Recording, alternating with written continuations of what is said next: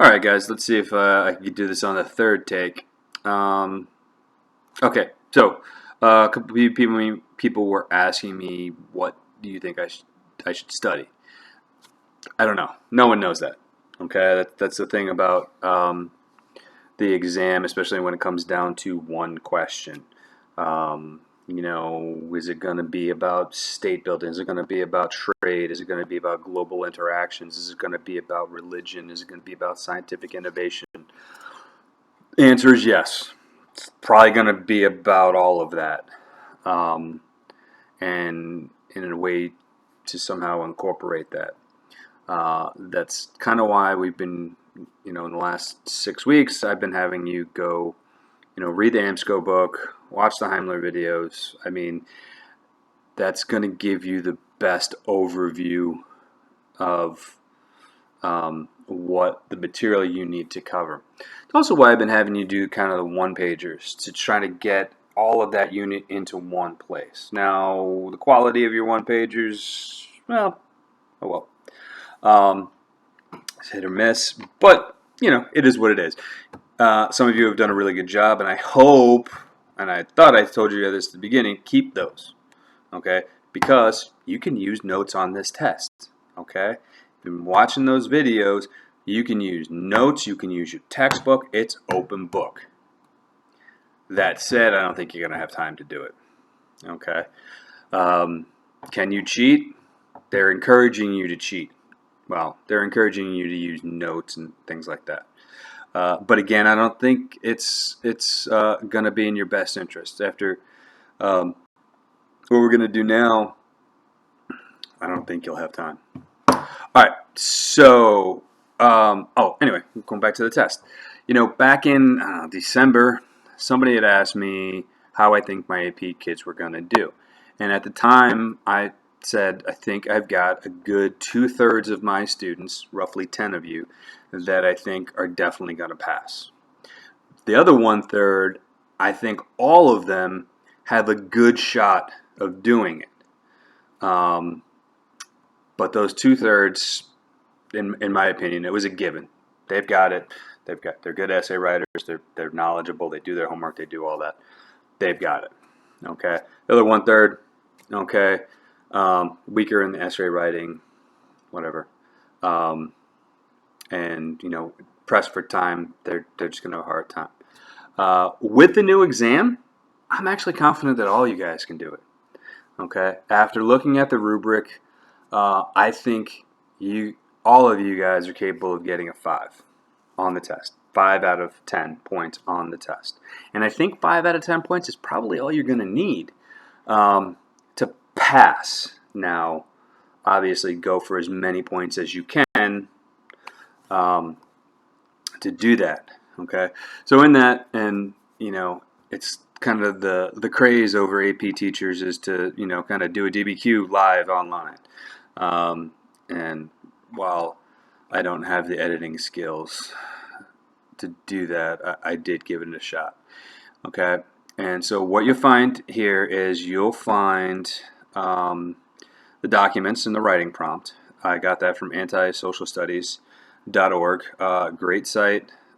They've got she's got 3 DBQs up there, and three DBQ essays up there. She's got a video for one of them. Okay, she goes through this whole thing, and so there's that. There's also her page, her worksheet that she goes through, and I like the beginning of that because it breaks down where the points are. And so as you're writing your essay, you can tick off the points to remind you, okay, I got to make sure I do this. I got to make sure I do that. I got to make sure I do that. Okay, remember the point is, your goal is to get at least 5 points, to tick off at least 5 of those boxes. Okay, and then there's also Heimler's worksheet, which I'd given you before, and I like his sheet.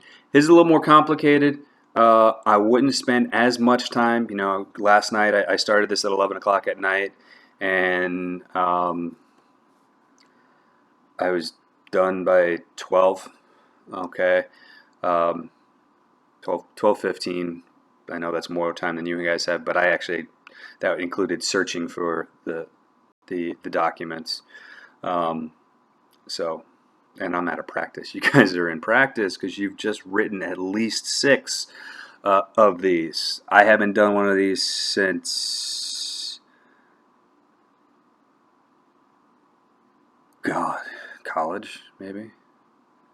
I've done it before, but not in this amount of time. Not with the time constraints that I had.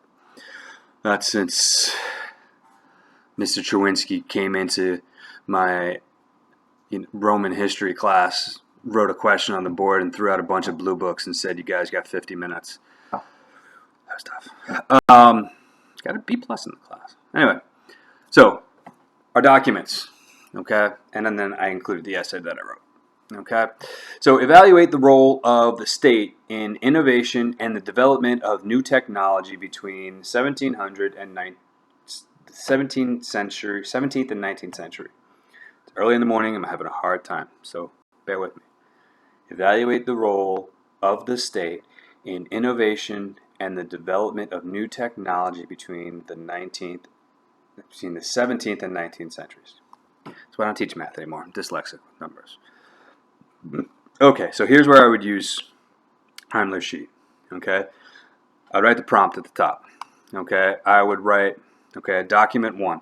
Okay, source, Pierre Dehues, or Pierre Dehues, obviously European name, teaching science to the Manchu king, emperor in 1680.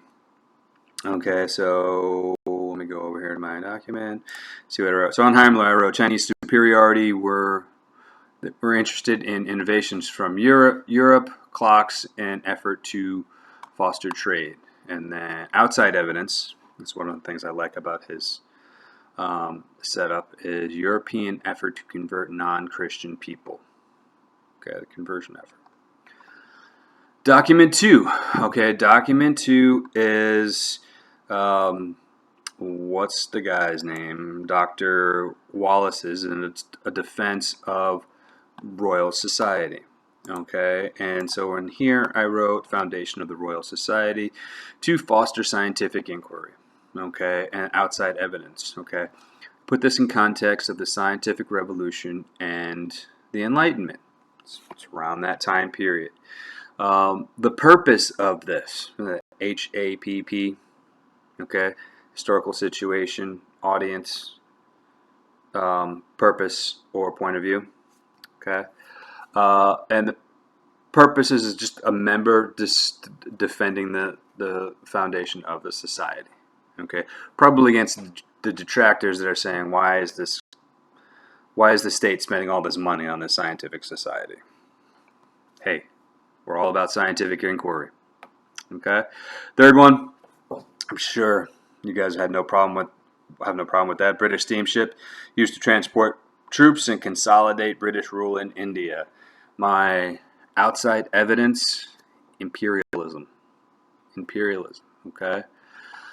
Now, in here, my outside evidence tends to be kind of like in context, and I'll get to that when I write about it. Document 4 is a letter stating the establishment of the French Academy, the French equivalent to the Royal Society. They're,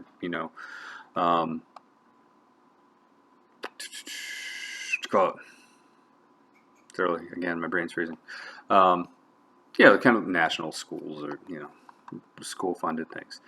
And again, this would be under the scientific revolution / Enlightenment. The purpose of this letter, okay, or the letter granting this, why are they doing this? Well, remember, this is kind of the France absolute monarchies. This is, again, the beginning of state building, and it's kind of glorifying. Purpose of this, the establishment of the society, and it states it in the letter itself, is the glorification of France. The letter, they talk about the French language, talking about France. And then the last one, they're talking about the inoculation of smallpox. A British subject, a British woman, I believe, is, go back to it. Writing description of the practice of inoculation against smallpox in Constantinople. Lady Montague, wife of the British ambassador to the Ottoman Empire. Okay, and so in it she's talking about how smallpox is, how the French ambassador are inoculating the local Ottomans, local Turks. Okay, and so if you look at the page, okay, and that's how I set it up. Now, I kind of like Heimler's little thing because once I did this, it was easy for me to just kind of move, boom, boom, boom. Okay, so grouping documents. So I grouped 1, 3, and 5. Okay, and I categorized that under imperialism. Okay, and kind of my topic sentence, I put technological advances helped Europeans gain, that should be and, oh, you could tell I was actually typing quick, trying to do some of it quick, should be gain an advantage and later control over other states. Okay, so that's going to be my topic sentence, as you'll see in a sec. Actually, that's going to be my second topic sentence for my second paragraph. And then the next one, 2 and 4. I grouped those two together, and I did that under the group category. I put that scientific revolution. Okay, and then my topic sentence was state sponsorship. Further scientific innovation by chartering academies. I'll develop that more in there, but that I wrote that down quick, so when I had time later, I could go through it. Thesis, and I followed Heimler's thing, although X, because A and B, therefore Y. Okay, so although European, my thesis, although Europe was not, was by no means the dominant power in the world in the early 17th century, state sponsorship of scientific innovation fostered the scientific revolution and would enable imperialism, which enabled Europeans to dominate the globe by the end of the 19th century. Okay, so that's what I'm going to argue. Okay, that state sponsorship of scientific innovation allowed the Europeans to dominate the globe. Okay, and some context, I put imperialism, scientific revolution, yada yada. You can look at that. Outside evidence, I was going to put steamships and railroads in Europe dominate India. Isolation, evidence 2, isolation of China. Ming led to the decline. Okay, so let's get to the essay itself. Okay, and this is what I wrote. Okay, so although Europe was by no means the dominant power in the world in the early 1700s, 17th century, state sponsorship of scientific innovation fostered the scientific revolution and would enable imperialism, which enabled Europeans to dominate the globe by the end of the 19th century. Okay, I am by no means an eloquent writer, and I understand that. But you don't necessarily need to be in order to get the points. Okay, prior to this period, okay, so that's my thesis. Pretty confident that I got the 1 for the thesis, so I would tick that box off. Prior to this period, China and the Ottoman Empire were 2 of the dominant states in Eurasia. After the voyages of Zheng He, however, China became more isolationist, believing they had nothing to gain from the rest of the world. Context. Okay. Scientific innovation in Europe is making them the global power as Chinese isolationism is weakening. The Ottoman Empire suffered a series of weak and ineffectual sultans, which weakened them. Both former leaders in scientific innovation now took a secondary role to Europeans, and I spelled Europeans wrong. So, again, trying to go fast. Okay, so I think with this, I'm confident with this, that I've got my thesis point, and I've put it in context. Okay, now I included the Ottomans in there because of that 5th document. Now, as you'll see when I go along, I realized I realized I had gone past time, so I'm like, all right, I'm just got to cut that last one out. Okay, but you'll see, I don't think that hurt me too much. You know. All right, so my first paragraph, and if you watch what I posted last night, Heimlich says do 3 paragraphs. 3 paragraphs. Okay. So my topic sentence: state sponsorship furthered scientific innovation mainly by founding scientific academies. Okay, that's my thing. Document 2 offers the defense for the foundation of the Royal Society, the chief intellectual institution in England. Okay. In it, it describes the environment which members got together and performed experiments and discussed scientific ideas. The purpose of this is to defend it from its detractors. Document 4 is a letter establishing the French Academy, the chief intellectual institution in France. It gives one of the chief reasons for its foundation is the glorification of France. Both institutions provided funding and an environment conducive to innovation. Okay, so I described the 2 documents. I believe I also give purpose. Okay, now it's kind of hard to grade or to rate your own, and if I had someone here, I would send it to them to do, but I think I did all right. Okay. All right, so the next topic sentence: the technological advances that came out of these institutions.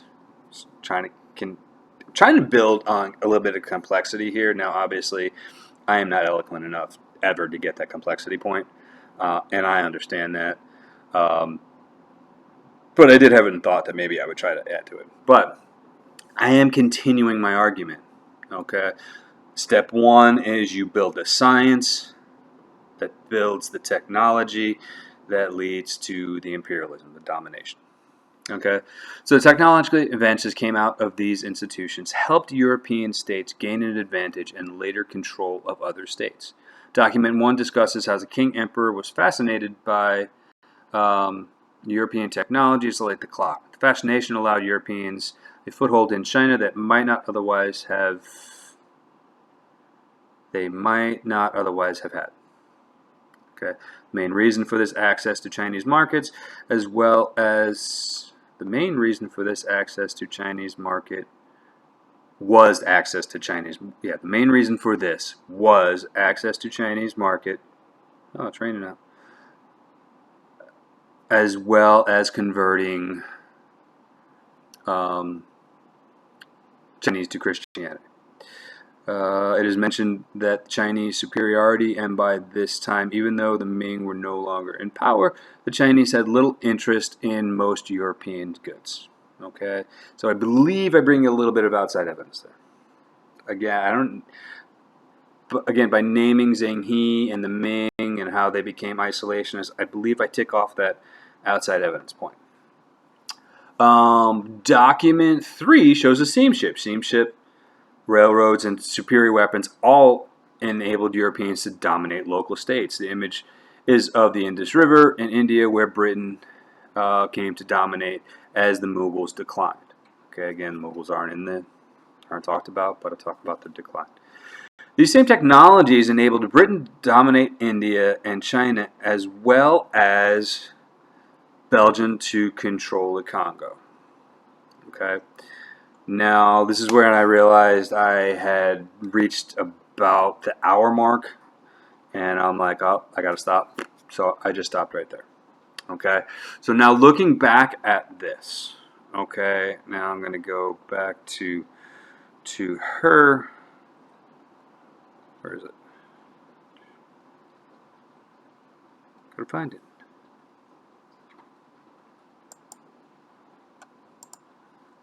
Yeah, okay. Okay, so let's see. What do I think I did? Okay, so if you look at hers, okay, at the beginning of hers where it says the rubric, I believe I got a thesis statement. Okay, I definitely used 2 documents, 2 points. Okay, I believe I got the contextualization point. Okay, so there's 3 points for me. I used 2 documents to support an argument. Well, I believe I used documents 2 and 4 to talk about the state founding of institutions that led to an environment for innovation and for for technological advancement. So there's 4 points. Outside evidence. Bring in the Ming isolationists, the weakening Sultan empires, the Belgians in the Congo. I believe I got that. Okay, I believe I got one of those. Okay, and then evaluating the document. Now, I talked about purpose for document 2 and 2 and 4.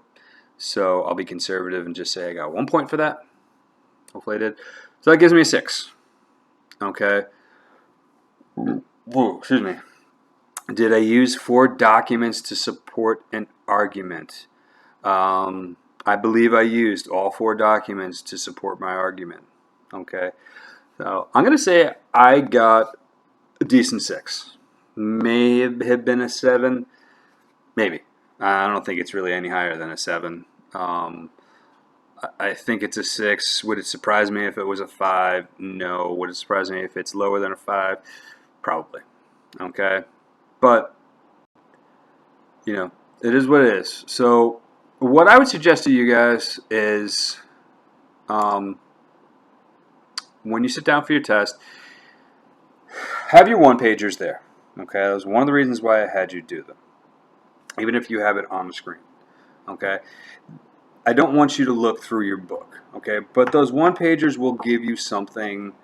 I got a Chinese imperialism, or English imperialism. What can I do? And if you look there, you might have something that you can just throw in there real quick to get that 1 point. It's all about getting the points.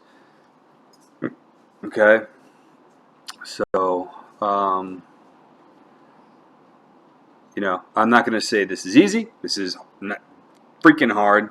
I was annoyed last night about doing it, especially all the spelling errors I was making because, like I said, it's been a long time since I tried to type fast. Okay? And I was trying to type fast. And, I think if I were to do this again, I would do much better. Okay? So, again, it's not so much your knowledge of the whole course. Okay, you've got enough knowledge in there that paired with the documents they give you, you will be able to construct a decent essay at worst. Okay, so I think that's about it. I know I need a nap. Yeah, I think so. Could use a beer too, but it's 7:30 in the morning now. It's a little early. You didn't hear me say that. All right, so I'm going to post this in a little bit. I'm going to include my essay, the documents. I'm going to include both Heimler's worksheet that I used and the antisocial worksheet. Don't spend a lot of time. If you decide to do this, don't spend a ton of time on Heimler's worksheet. Or if you do it online, because then you can copy and paste into your essay. And one of the things they recommend you do is split screen. Again, if you've watched all the videos that I put on Heimler, and by the way, I have watched all of those. Split screen will be good because you'll have the DBQs. You'll have there. You can have another. It's on another one that you can use, copy and paste back and forth as you need it. Don't cheat. Don't use anything from the internet. You guys don't need to. You're going to spend more time searching stuff, and then you're going to copy and paste, and just it's not worth it. Okay, you guys all have the tools. You're all good enough writers to get the minimum you need. Most of you are far superior writers, far superior than me, because you had a lot of practice and I haven't had as much practice. It's kind of one of those eye-opening things. So I should have given this to my son to do. He's a good writer. He's had leads, chineras. If you've had leads and chineras, you really are, especially leads, you really are at an advantage over some of the students that haven't. Okay. So, all right, I'm out. I'm gonna do the daily video now. Okay, see ya.